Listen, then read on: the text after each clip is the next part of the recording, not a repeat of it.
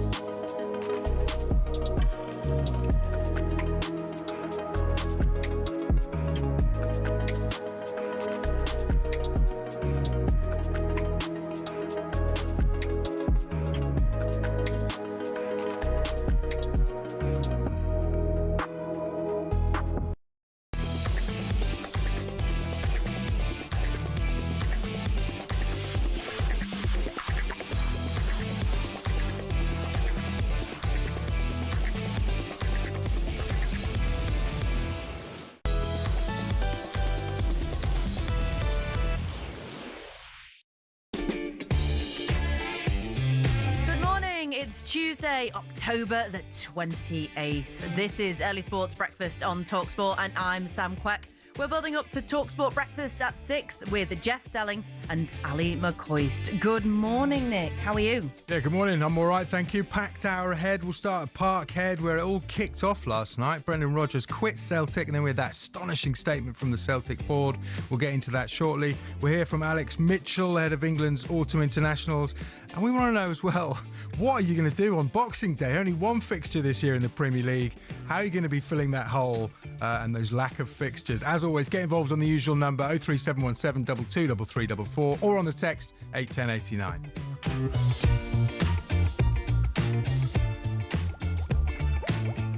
Okay, Nick, as you say, lots happening. Wow. Were you asleep when the Celtic news broke last night? Yes, I was. I go to bed, certainly on a Monday, very early, and then I woke up this morning, it's like... Yeah, lots to get your head around. And then around. you read through it, and it's talkSPORT legend Martin O'Neill taking the reins.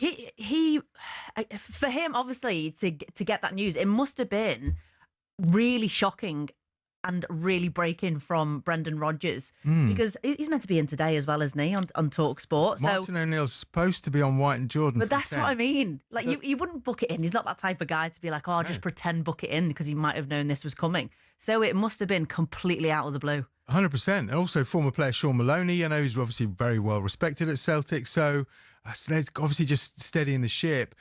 We've had from Brendan Rodgers over the last few weeks and months just constant criticism of Celtic's transfer policy. Obviously, they lost Kyogo Furuhashi and Nicholas Kern, all those goals over the summer, and just didn't really replace them. Struggling, obviously, in the Champions League, and then they lost to Hearts at the weekend, 8-point gap at the top. So I'm not surprised it's sort of come to this. It's quite sad, though, isn't it? Because clearly it feels like an emotional decision, a frustrated and angry decision.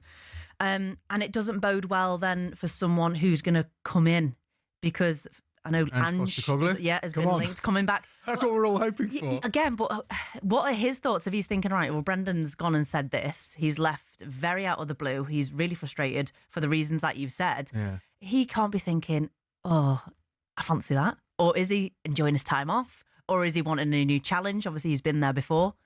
Ange is, I'm sure Ange would be interested in it. I bet he'd love a chance just to sort of get back in and prove all the doubters wrong, you know?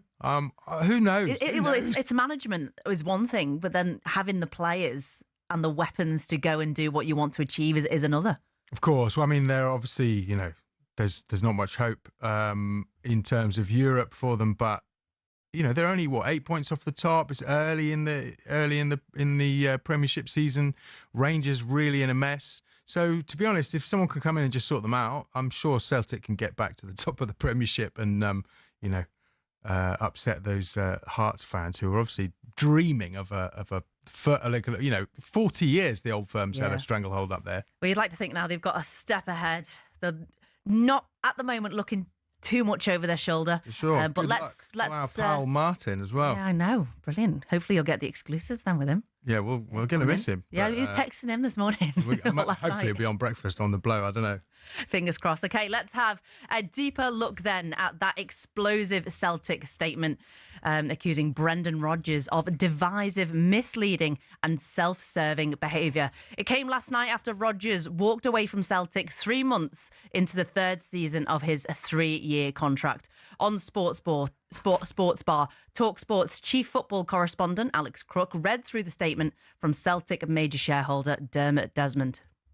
In Desmond's words, Brendan implied the club had made no commitment to offer him a contract that was simply untrue.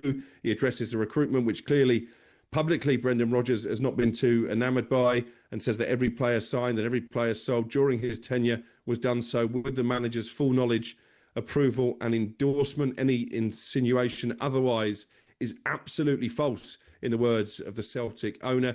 He also talks about Brendan's words and actions being divisive, misleading, self-serving and generating what he calls a toxic atmosphere around the club. So quite damning words from the owner. And he ends the statement by saying Celtic is greater than any one person and that focus is now on restoring harmony, strengthening the squad and continuing to build a club worthy of its values, traditions and supporters. So certainly no punches pulled there.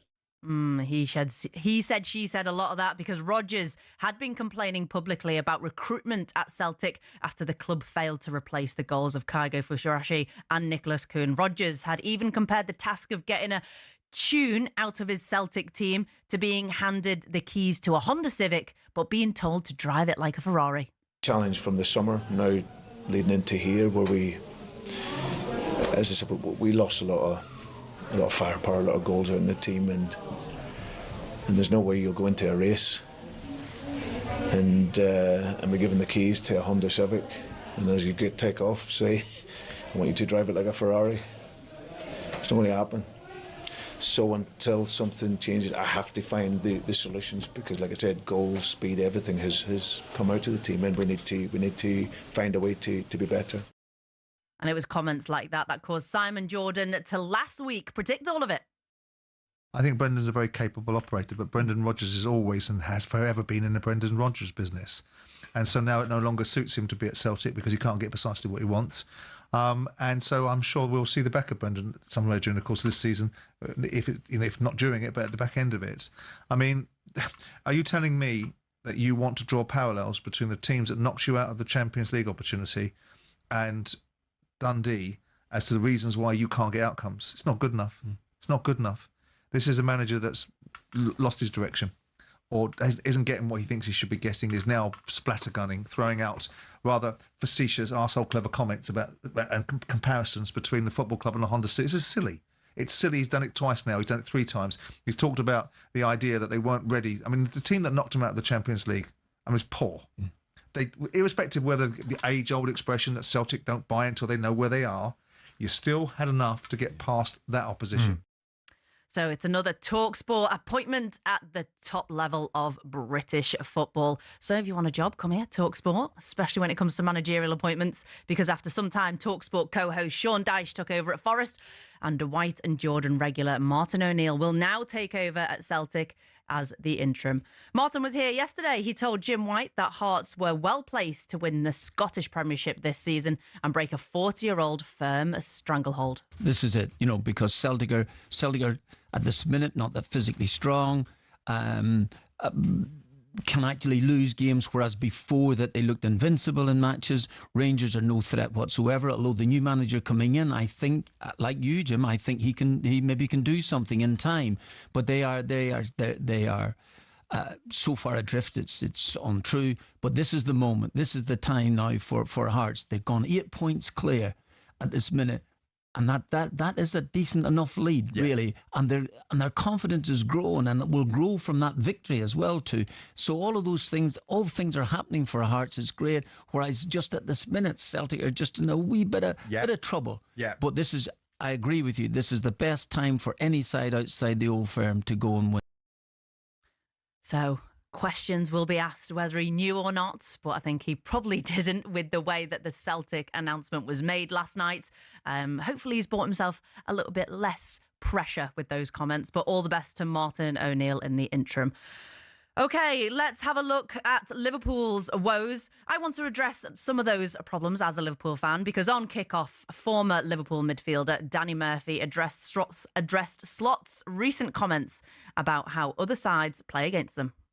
Sometimes, although it does, ideally you don't want your manager constantly referencing other teams. This is, it sounds like you're making an excuse that they're playing a certain way that's negative and it's anti-football. I don't think he's actually doing that.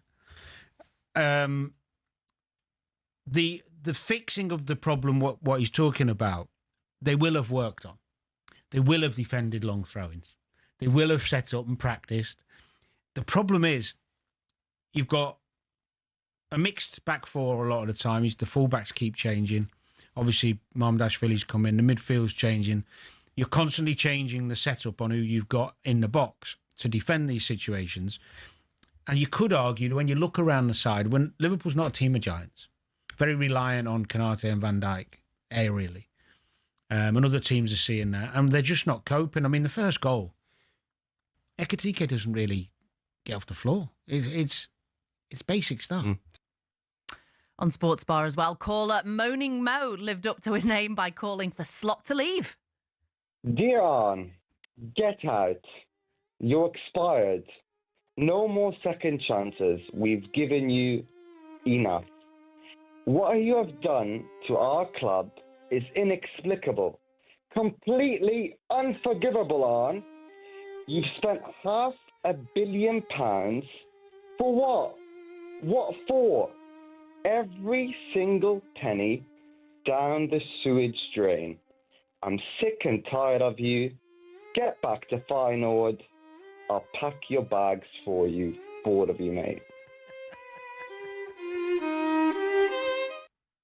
Away, Mo. Our club. Behave. You're not a Liverpool supporter. Listen to yourself. Unbelievable. He won the Premier League last season and all this nonsense saying it's Klopp's squad. He still had to manage them. He still had to give them team talks. He still had to motivate them. Honest Slot, take a breath, mate. Yes, you've got lots to contend with. And me personally, as a Liverpool fan, I'm not panicking yet. Frustrated? Yes. 9 games into the Premier League, won 5, lost 4. Very frustrating that those losses have come consecutively, and I think had they not, people would not be having the conversations that they're having now. Lots of things to unpick with this Liverpool team. Let's start with the lineup. Lots of new faces. I mean, when you look at the team at the weekend, 4 of those weren't even in the team last year, and then you got Mamdashvili, who's also starting in goal. It comes to knowing your teammate, okay? In pressured moments, when you go down, what you're saying to your teammate, how do they react? Where do they want the ball when they're under pressure? Liverpool are still going through this transition phase, okay? Also, big names, Isak coming in. Yes, he's injured. But then the question, Isak over Ekitike. Lots of conversations in the previous weeks. Who'd you start over the other? Surely Ekitike starts. I felt like Slot answered that. He's now gone with Ekitike over Isak. Verts, conversations around him. He has the ability. You can see his pre-scanning his head. He's always on the wobble. He's always having a look where his next pass is. You can see it's there. It's just adjusting to the Premier League and his new squad. Question marks over Kerkez and Frimpong. Frimpong, I think he can step up. For me, unfortunately, Kerkez, I don't think that's the case. I personally don't think he has the ability to be in a title-defending team like Liverpool. Very open-minded at the beginning of the season, but question marks over his decision-making, going to ground for a lot of tackles. When you go to ground, you're out of the contest. You're leaving your back line basically in the proverbial. So, yeah, lots of question marks still going on about the lineup. Injury, we've had lots of people out. Ryan Gravenbach at the moment, key player from last season. Frimpong, Isak, Alisson still out. And ultimately, the identity. What is Liverpool? They don't have a style of play at the moment. And I think the fact that you still have these names who are settling in, that's just going to take time. So again, not panicking, but the one thing that frustrates me, which is a non-negotiable, is intent. And I think Arne Slot has to answer that. For me, it doesn't matter how bad you're playing. You can always work hard. You can always sprint harder. You can always put in harder tackles. So as a Liverpool fan, that has to be the first thing that is addressed. And I don't think it's a lack of trying. I think it's a lack of confidence, a lack of identity, and a lack of the unknowing. When you don't know where you're meant to be, when the team are pressing you, the opposition, or if the opposition is sitting back, what are Liverpool? And I think they need to identify that. But the unnegotiable is effort. And I never want to say that about a Liverpool team, but I am getting frustrated with body language, sprinting. But yeah, that's my opinion on Liverpool at the moment. Not panicking, frustrated, yes. Okay, and while I'm on a rant, Boxing Day fixtures. Come on. Surely the majority are with me here. I want to know what your plan's going to be for Boxing Day now that we don't have any football. Boxing Day for me is nursing that full belly, topping up on my Christmas Day leftovers, eating chocolate for breakfast, might pour myself a little Bucks Fizz. We all relax, we all chill. What am I going to do now? I used to sit in front of the telly watching all the fixtures. Not now. So I want to know what you're going to be doing instead. Get in touch. Give us a call. Celtic fans as well, we want to hear from you. What are your thoughts about the big news breaking last night and this morning? Who do you want back in? Is it Big Ange? Let us know. 03717 223344 or text us on 81089. This is Early Breakfast on talkSPORT with me, Sam Quek. Up next, we'll hear from England's scrum half Alex Mitchell ahead of the autumn internationals.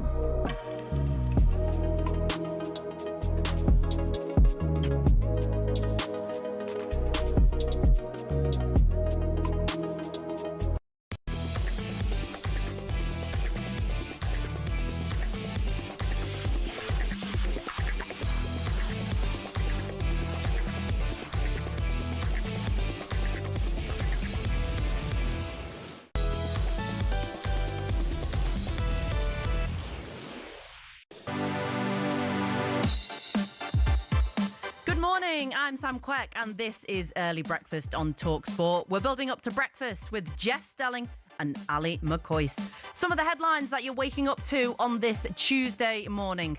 In tennis, Britain's Cam Norrie faces a huge challenge at the Paris Masters today as he takes on world tennis #1 Carlos Alcaraz. The Spaniard is returning to the court after taking a break to rest an ankle injury.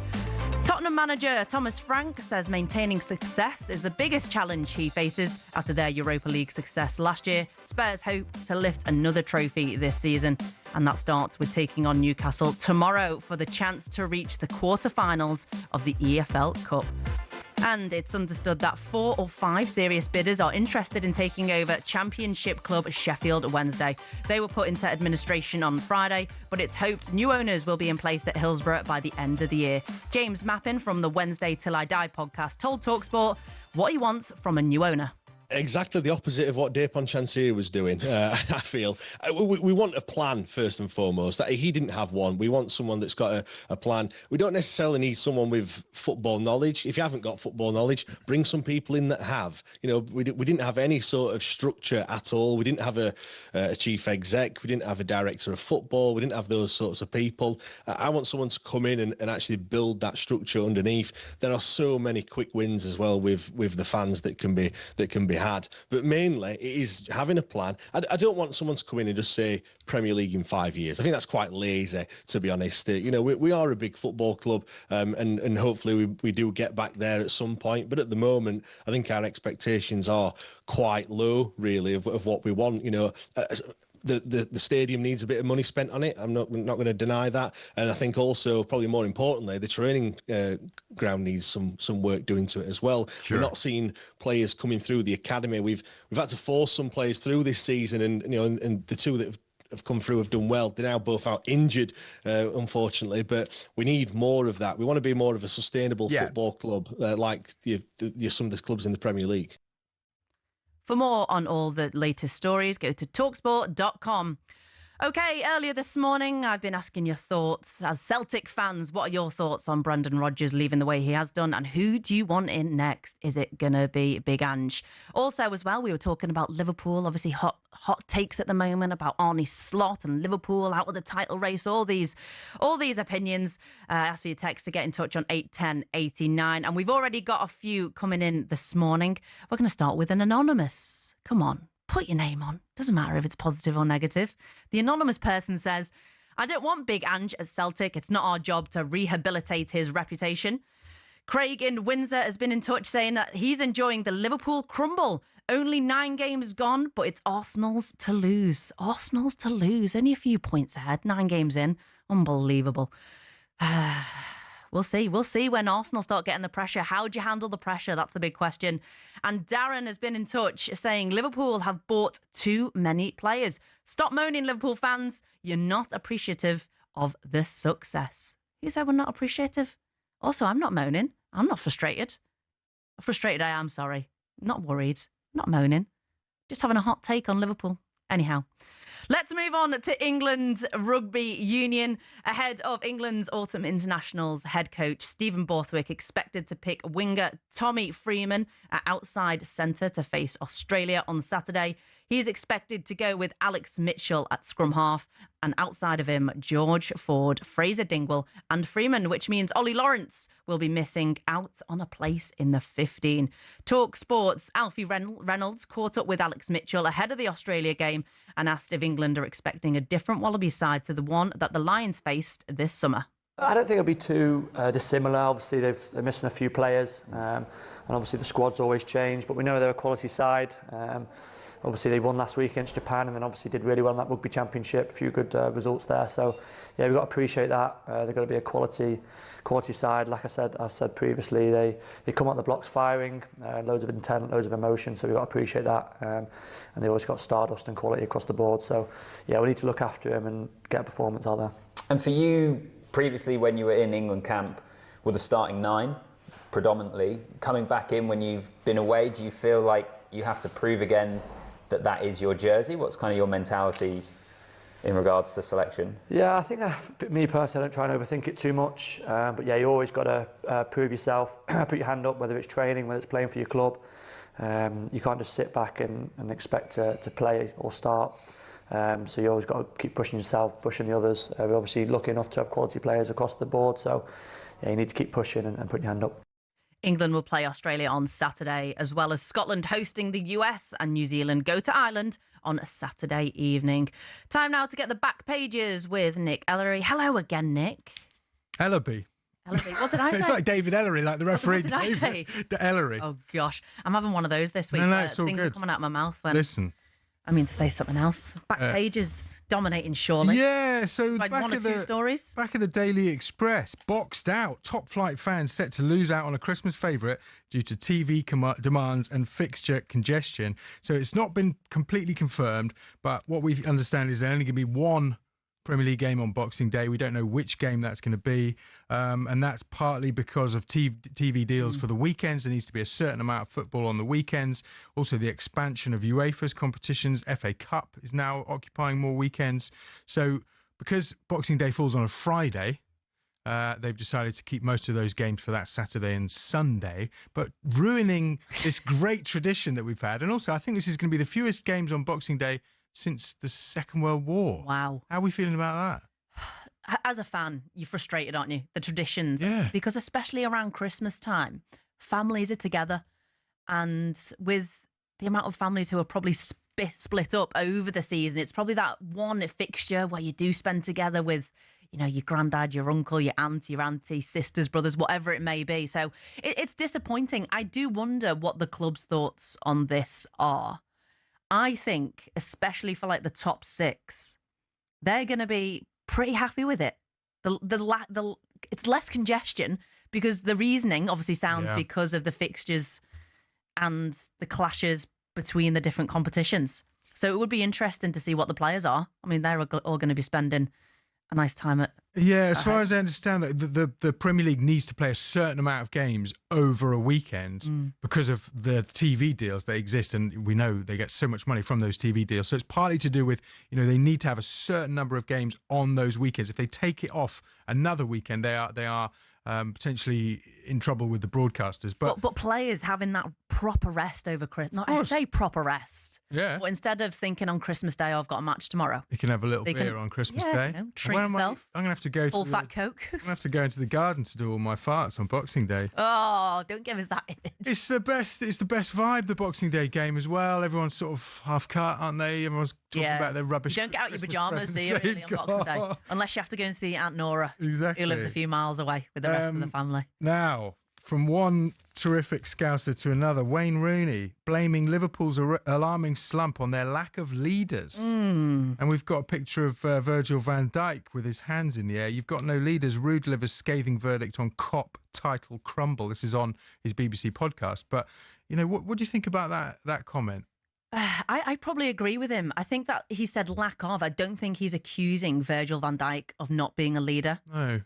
From my experience, he's looked a bit shaky this season. Is that just because of around him is influx? So. I mean, I captained the England women's senior team, and when it comes to leaders, a lot of leaders quite often don't have the armband, but they're a natural leader. Yeah, and I think there's natural followers, which is important. You need both. May Allison being one of those, not there exactly, at the moment. Especially trying to navigate that back line with two pretty new fullbacks. Dare I say it? Jordan Henderson. I love Jordan Henderson. He was, again, one of those leaders who was a leader verbally. You could see him pointing everyone, encouraging everyone, both asking for more, directing people.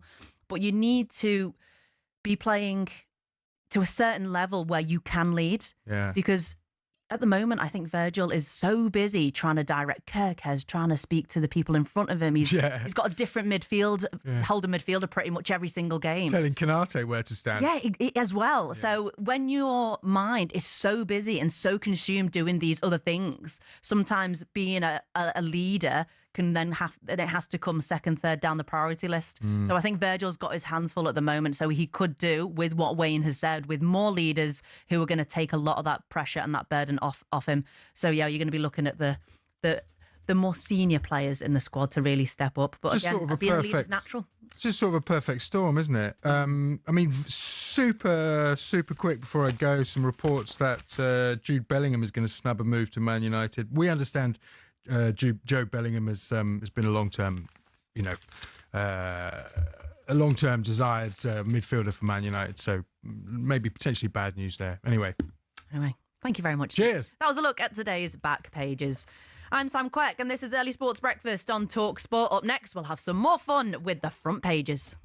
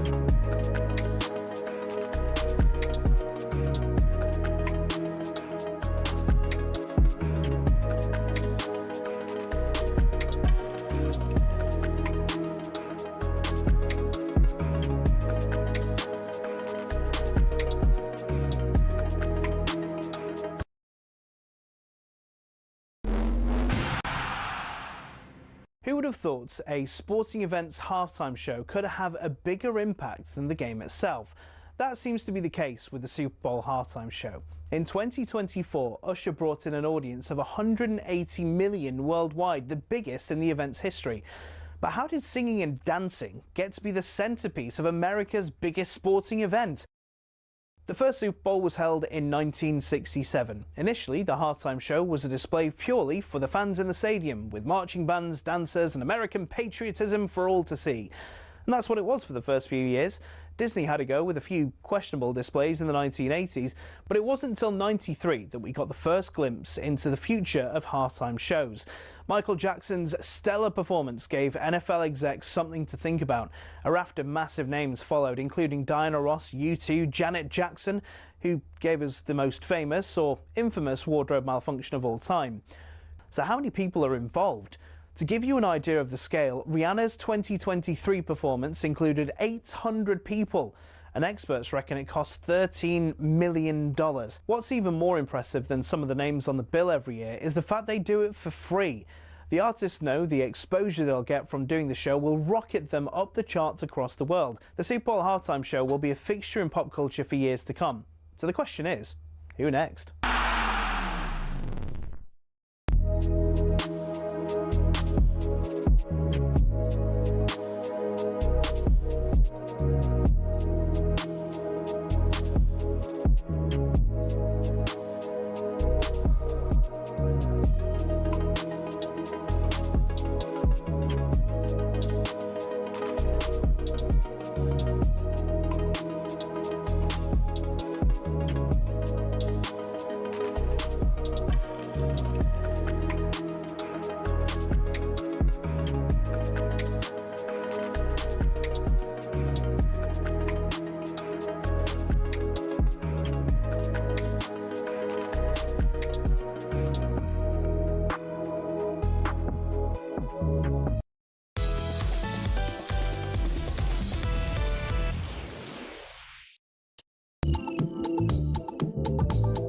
Morning, I'm Sam Quek. We've been asking you this morning what you're up to on Boxing Day without Premier League football this year. And Celtic fans, would you like Big Ange back at the helm? Give us a call 03717 223344 or text us on 81089. We're building up to breakfast this morning from 6 o'clock with Jeff Stelling and Ali McCoist. Some of the headlines that you're waking up to this Tuesday morning. Grimsby are hoping to cause another EFL Cup shock by beating Brentford. That'll be live on talkSPORT. They're hoping to reach the quarter-finals tonight. David Artle's League Two side have already knocked out Manchester United and Sheffield Wednesday to reach this stage of the competition. Northern Ireland are 2-0 down going into the second leg of their Women's Nations League playoff with Iceland. The Republic of Ireland as well also head to Belgium with a 4-2 lead. And England boss Serena Wiegman is expecting another physical challenge for her Lionesses later on tonight. The head coach's injury-hit squad will look to bounce back from their weekend defeat to Brazil when they take on Australia this evening as a friendly in Derby. Speaking yesterday, Wiegman says that under Australia's new head coach, Joe Montemurro, they could produce a mixture of styles. I think what he has expressed and what we've seen, Australia is a very powerful team too. Of course, a top team. They played earlier a bit more direct. They started to play in the build a bit more too. So that's what we expect tomorrow, and let's see how we can challenge them. Meanwhile, Scotland will host Switzerland in Dunfermline and Wales welcome Poland to Newport. For more on these stories, visit talksport.com. Right, this morning you've all been texting and calling in. Thank you very much. So, Chris, I'm going to come to you this morning. You're an Arsenal fan. Good morning, Chris. Good morning, Sam. How are you? Yeah, very well, thank you. How are you? You're up early. I'm coming home. Whoa, what have you been up to? We're fitting the 5G Wi-Fi on the underground stations in London, so About time. it's a long project. It's a long. So I get to speak to Nick most nights, which is always a pleasure. Sorry, you have to do with me now. Is that all right? Well, no, I called last night, but I had to take a call. But you're a Liverpool fan, and I just want to get your opinion, if that's okay with you. Absolutely. Go on. What do you want to say? I've actually been on holiday for 2 weeks, and when I left, we were 5 points behind Liverpool. And I phoned up and I spoke to Katie and said, look, I'm 100% certain we will win the league this year. And just on the basis of pure recruitment and the thought behind it, I don't think we get enough credit for it. Just on a quick note, obviously, I know your time is precious. What do you think on Liverpool's recruitment this summer? Nothing to do with the money, just the players you brought in. Kirkes was amazing. Kirkes was amazing last year at Bournemouth on one season. Yeah. Isak's injured for a third of the season, every season since he's been in the Premier League. To be honest, as a Liverpool fan, the names that were associated with the transfer windows before we signed them, you're thinking, this is exciting. And as far as transfer windows go, it was very un-Liverpool-like to sign big names to come in. Normally you get players who you kind of hear of, or they're in different leagues and they come in and they make a statement. So this, for Liverpool fans, was mega exciting. Of course, you've got the Isaks, you've got the Verts, big money names. Kirkes, for me, yes, he was brilliant at Bournemouth last year. I just don't know if he has handled the pressure playing at a club like Liverpool. I feel sorry for Andy Robertson. I'm a massive fan of his. I think he's been such a servant to Liverpool. I think he's a leader. I think Liverpool have been missing him in the back line for that reason. But unfortunately, I think, old age does catch up with you. So the question mark remains, okay, has he got the legs to play where he needs to play? But at this moment, he doesn't have to play every week. He doesn't have to play every week. I mean, I've seen it again. I've been following the Arsenal for over 40 years. Sorry to interrupt. But then that goes against, I think, what Liverpool need at the moment is consistency. I don't think Andy Robertson is going to have the legs to play every game when it comes to 3, 4, 5 more games in a row. And I love Andy Robertson, but he doesn't. 3, 4, 5 games, yeah. It's the right games. What are your thoughts on Arsenal? Arsenal, Chris, do you think you're going to win the league? Well, everyone's saying it's yours to lose. When we were 5 points behind you, when you beat us with that wonderful free kick the other week, I phoned up, I said that I have no question we'll win the league this year, because I don't see us losing enough games with the players we have. How do you think you're going to handle the pressure? How do you think? It's been terrible for the last 4 years. Have been terrible, but that's been on the back that Saliba got injured 3 years ago, and one injury. Rob Holding came in, lovely chap. I actually know but you're playing against Erling Haaland. You know, now he's gone out, and there's just one. Sorry, last point, Sam. You mentioned before the headlines there that you had 4 new players against Brentford on Saturday, and they need time to bed in, which is fully understandable. We played Palace on Sunday, who have been on an unbelievable run. They've lost 1 game in 19. Eze, new player. Zubimende, new player. Gorkarez, new player. Ended the game with Mosquera came on at half-time, captain of the Spanish under-21 team, 12 million quid. The other guy from Liverpool. I see where you're going, Chris. Are you going to say it's the same for Arsenal? No, it's the same. No, I just think that you've been found out a little bit with your fullbacks. And I think that's the difference for me. I think if you're going to build a solid squad, and to quote the American phrase, defense wins championships, I completely agree. Look at your goalkeeper, your back 4. They are bedded in. And if you've got a solid back line, I think anything in front of that, you can afford to have the new players. So, Chris, thank you so much for ringing in. Hopefully you get some sleep after your night shift, but definitely be in touch, and it's been a pleasure speaking to you. Also, we've had texts coming in. Jason in Liverpool, great to hear a knowledgeable presenter who understands talkSPORT. Stop it, Jason. I honestly didn't read that before I read it out, but thank you very much. He says, all the best, Sam. Keep up the good work. Fully appreciated. Thank you.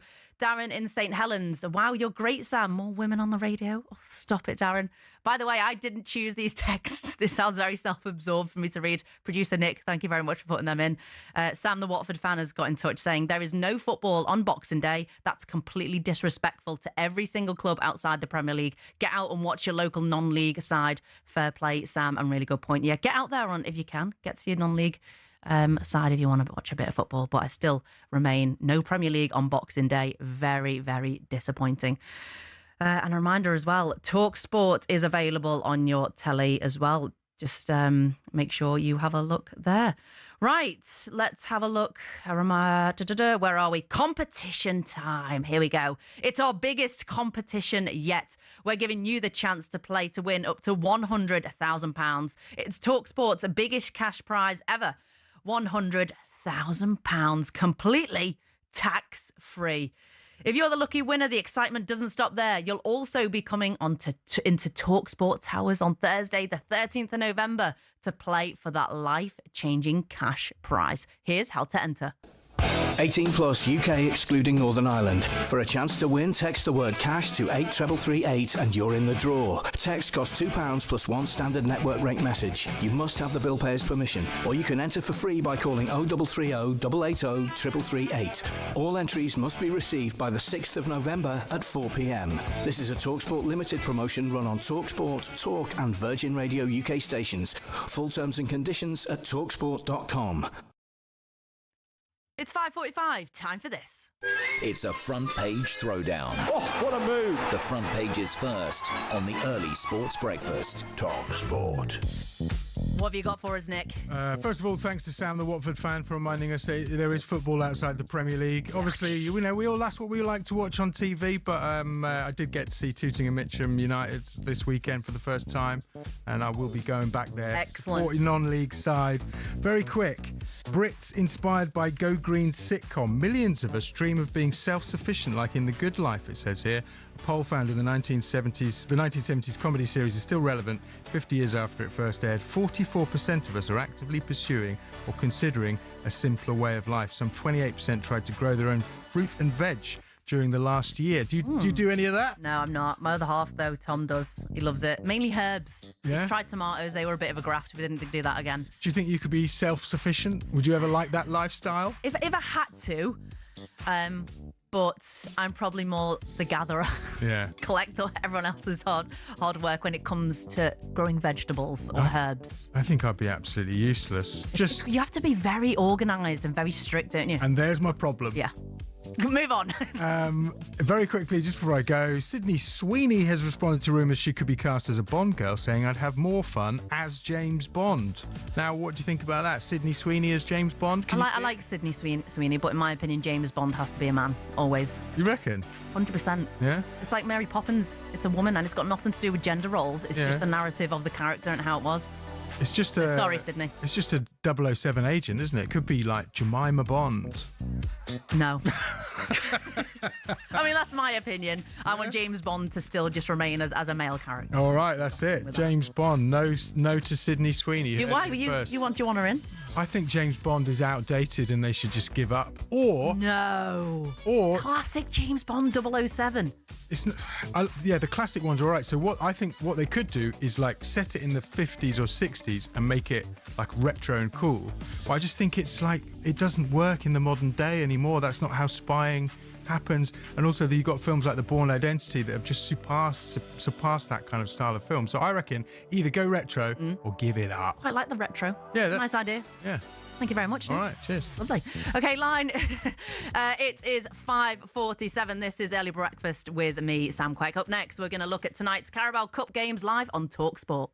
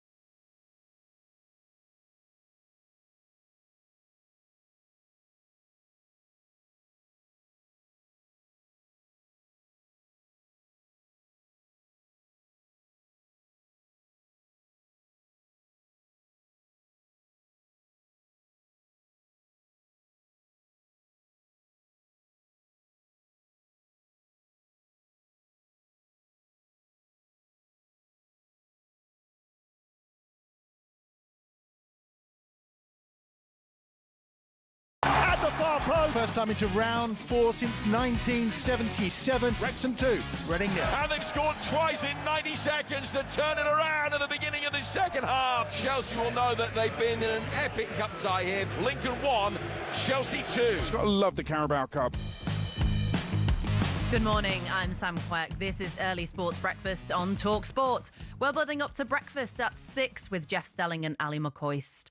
And the Carabao Cup returns to talkSPORT tonight with Manchester United slayers Grimsby, who will host Brentford at Blundell Park tonight. Speaking yesterday, their head coach, Keith Andrews, says the win over Liverpool changes the expectations for Brentford this season, especially in the Cups.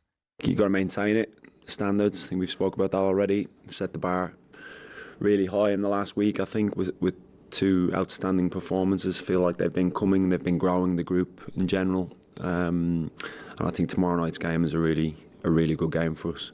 One that I'm really looking forward to. I spoke to the players about the English football pyramid and how much I love that and respect it and respect teams' histories. And I think it's just an amazing game for us. The contrast of going from Premier League champions to League Two is, I think, is what the game is all about.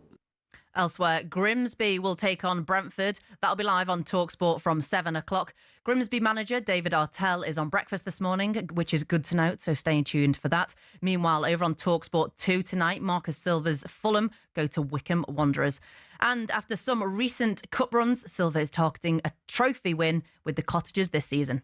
In 3 seasons in a row, both competitions, I'm not saying just Carabao or FA Cup, but both competitions, we have been achieving quarters final once, semi-finals the other season, and last season quarters final again. That shows that we have been, the way you face the competition, the way you are, the players, they have been very, very serious, the way we go for the match. It doesn't matter against two, and tomorrow has to be the same. And if it's not that now, because we are in this stage of competition, I said from the first day, and I'm going to say next January again, when we will go start the FA Cup competition too.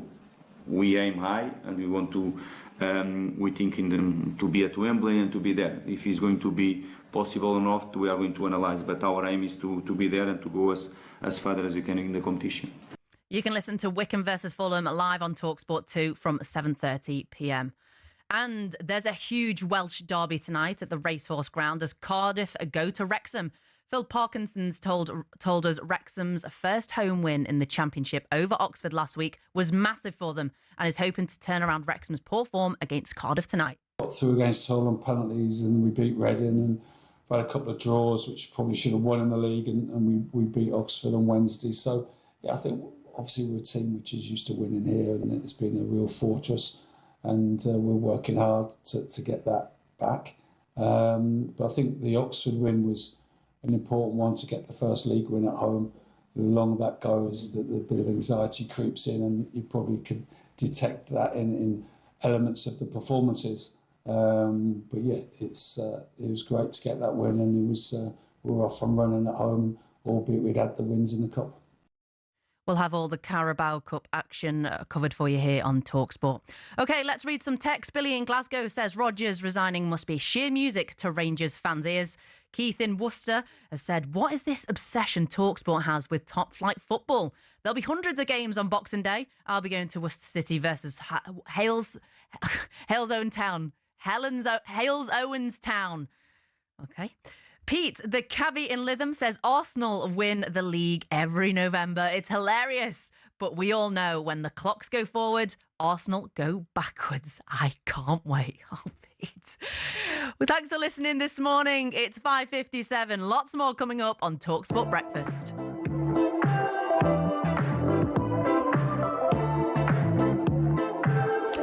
Just been told as well, lots going on this morning. We've got Grimsby Town manager Dave Artell joining the guys. We've got five-time Bradley Wiggins will be discussing how his new memoir, The Chain, and former Celtic midfielder Paul Lambert will try to make sense of the mess at Parkhead, with Brendan Rodgers walking out and the board criticising him in an astonishing statement. That was Early Breakfast with me, Sam Quek. Jeff and Ali on the way.